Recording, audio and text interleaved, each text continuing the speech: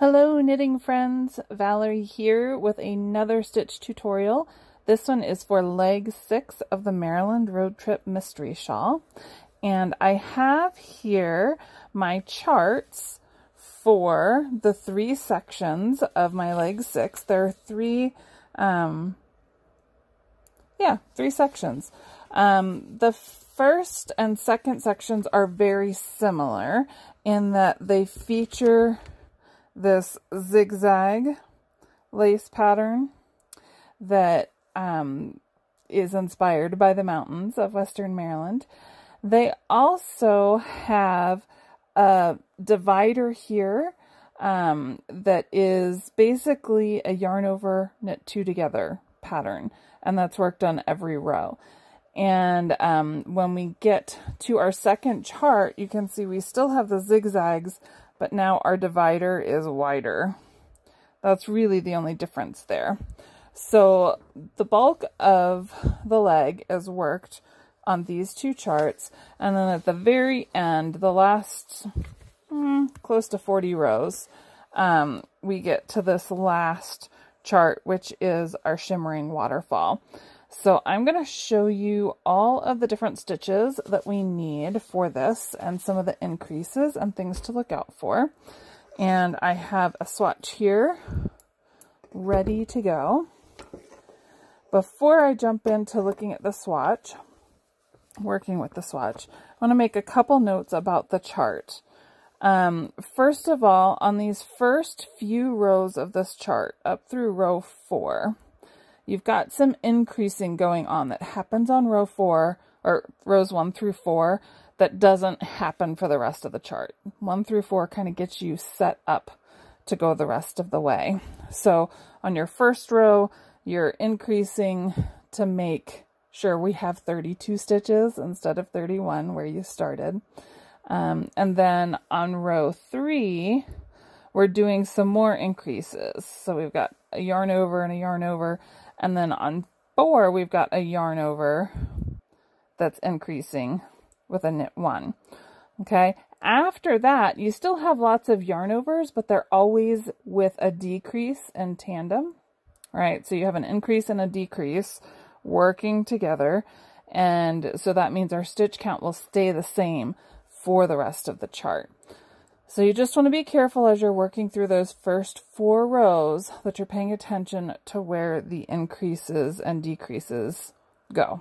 Okay. I have written the chart to show stitch markers.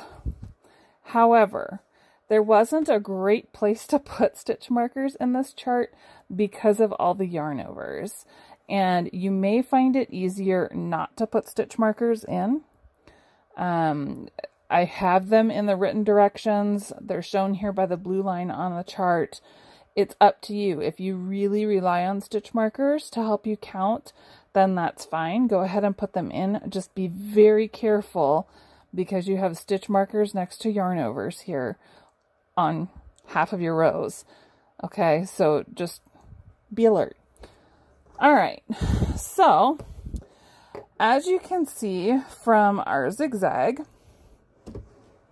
pattern, we are doing, the main pattern is the zigzag, and for the first half of the zigzag, we're doing a yarn over followed by a slip knit, and that shifts to the left on every right side row. And once we've gone all the way across and it's time to turn around and go back, then we have a knit 2 together and a yarn over, and those work back to the right, 1 stitch per right side row. So I have here a swatch, and I want you to take a look here at what we have here. I've just done the first couple of rows, and you can clearly see here that I have been making my yarn overs and doing my slip knits and shifting to the left. So we're knitting across in pattern, and we're knitting that stitch that was the yarn over from the previous right side row. And now I'm going to make a yarn over, slip knit, knit 1, And now I'll deal with my edges. Let's look at a backside row here. The backside rows are really pretty simple. So we're going to purl the first stitch for the edge, and then we're going to knit 2, and then we're on the back of our zigzags, and so for that we're just going to purl 6.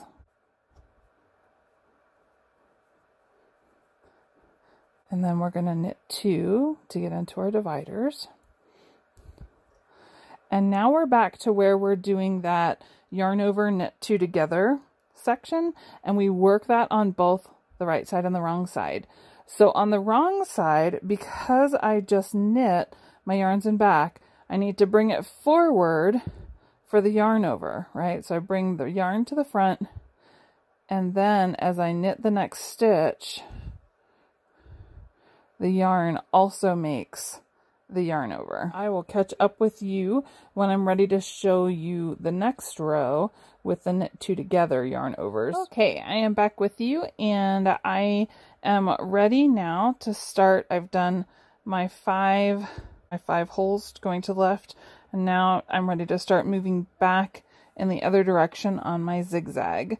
So, and I wanted to show you this row in particular where it changes over, because I think that the yarn over on this row always looks bigger.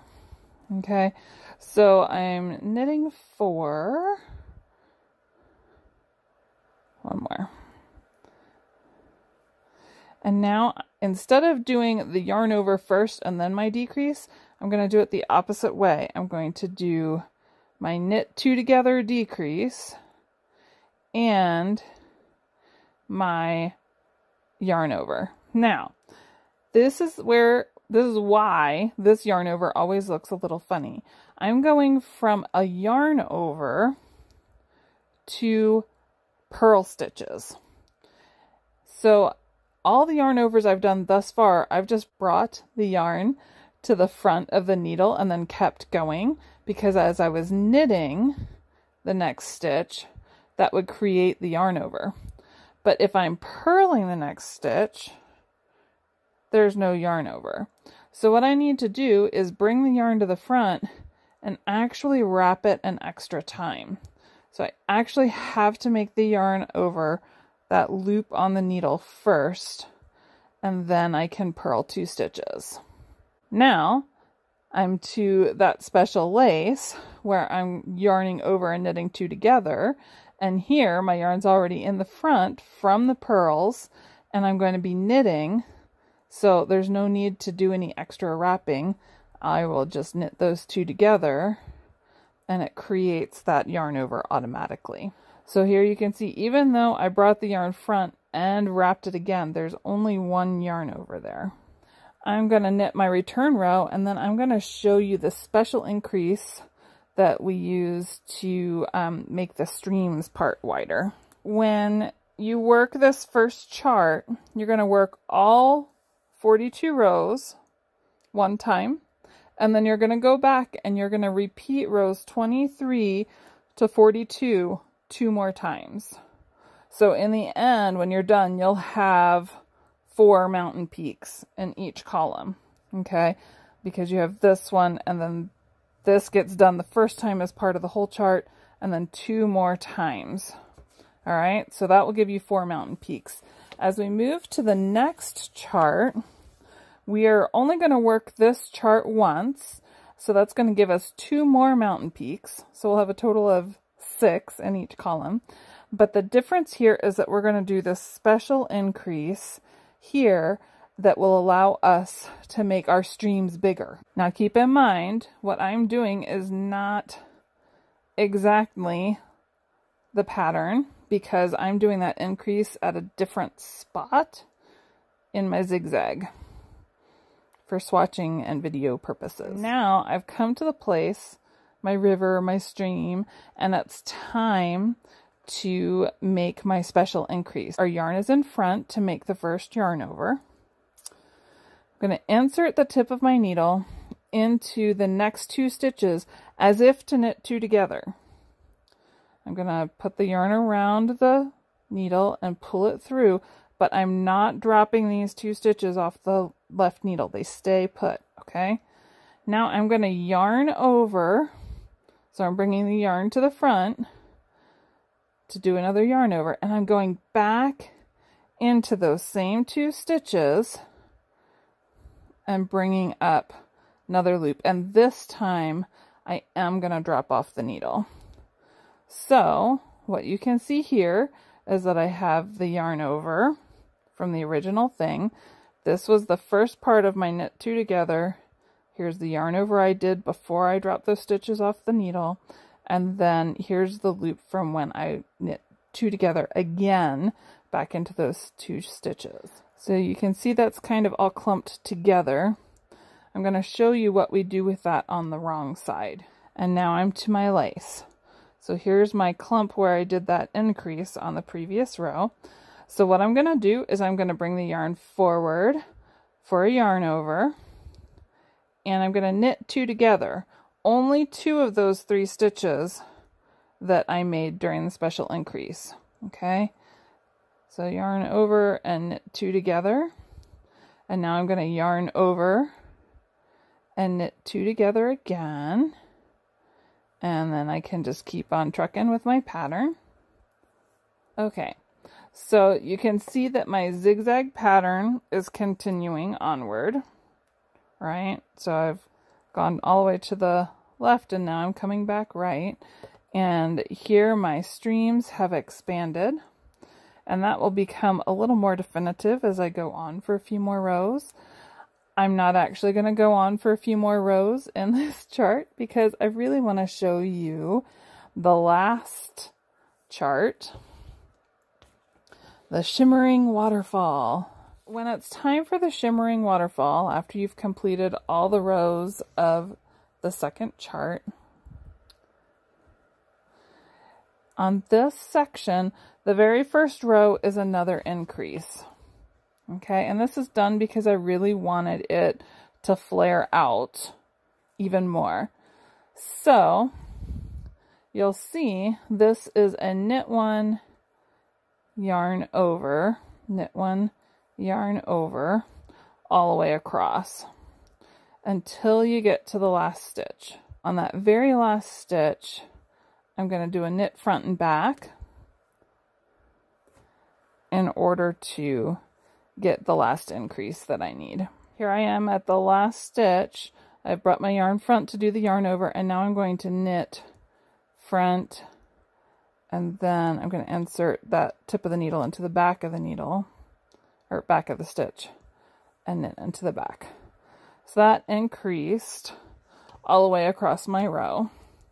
So I'm going to purl back, and then I will show you the 2 special stitches that we use to make our shimmering waterfall. For this last section of the pattern, we are going to be using the same 2 basic stitches on right side rows, which is alternating a double decrease with a double increase.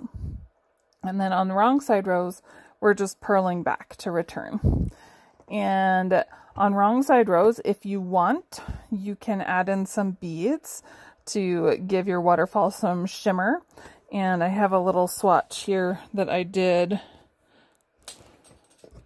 with some beads, and as you can see, I've got just a few beads up at the top, and then as we get closer and closer to the bottom, the beads are more dense down at the bottom. If you don't want to use beads, you just have to purl those stitches. The first stitch we're going to do is our double decrease. So we're going to do the double decrease, and then we're going to do the double increase. So the double decrease is a slip 1, knit 2 together, and then pass the slip stitch over. Okay, so let me show you what that looks like. I'm going to slip 1 stitch, and I'm slipping this stitch knitwise. Okay, so slip stitch knitwise. It's kind of contrary to what we've been doing the rest of the shawl. Knit 2 together, And use the tip of your left hand needle to help lift the slipped stitch over that knit 2 together. So I used 3 stitches, but now I only have 1. Okay, so now I'm going to do my double increase, and this I'm going to knit 1, but I'm not dropping this stitch off of the needle.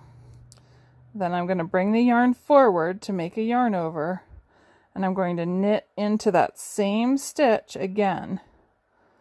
Okay, so I did all that in 1 stitch and I made 3. And as you do this, you'll start to get a rhythm.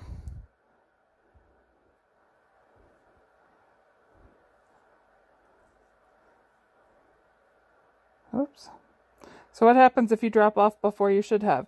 You can just stick the tip of your needle back into the stitch and bring it back over. My yarn's in front, ready for the yarn over, and now I can go ahead and knit. I am back and ready to show you how this next right side row goes. It's just the opposite of what we were just doing. And what that means basically is that into the place where we decreased before, we're going to increase, and into the place where we increased before, we're going to decrease. So on this next row, you can look here and you can see how on the previous right side row, we have stitches coming together, 3 stitches coming together into 1. Okay, so now we're going to increase this back up. So this is going to be the knit, yarn over, knit. Now we're to the place where before we had 1 stitch and we made 3. Now we're going to slip 1 knitwise, knit 2 together, pass the slip stitch over. And by doing this all the way across the row, it's going to give us little clusters in our knitting, which are really, really pretty.